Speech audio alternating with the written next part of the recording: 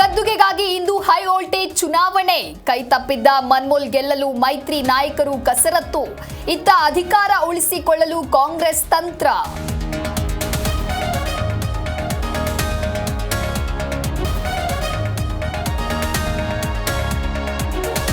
ಕರ್ನಾಟಕದ ಬೇಡಿಕೆಗಳನ್ನ ನಿರ್ಲಕ್ಷಿಸಿದ್ದಾರೆ. ದೂರದೃಷ್ಟಿ ಇಲ್ಲದ ಬಜೆಟ್ ಅಂದ್ರು ಸಿಎಂ.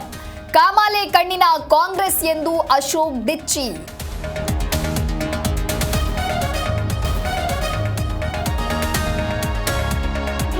ಹೊಸ ಮನೆ ಗೃಹ ಪ್ರವೇಶ ವೇಳೆ ಗ್ಯಾಸ್ ಲೀಕ್ ಸ್ಫೋಟ. ಸಿಲಿಂಡರ್ ಸ್ಫೋಟದಿಂದ 6 ಜನರಿಗೆ ಗಂಭೀರ ಗಾಯ.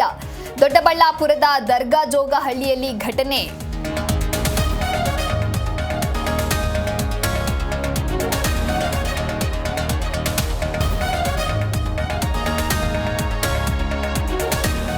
ಮಹಾಕುಂಭಕ್ಕೆ ಹರಿದು ಬಂದ ಭಕ್ತ ಸಾಗರ.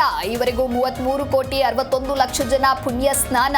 ಉತ್ತರ ಪ್ರದೇಶ ವಾರ್ತಾ ಇಲಾಖೆಯ ಮಾಹಿತಿ.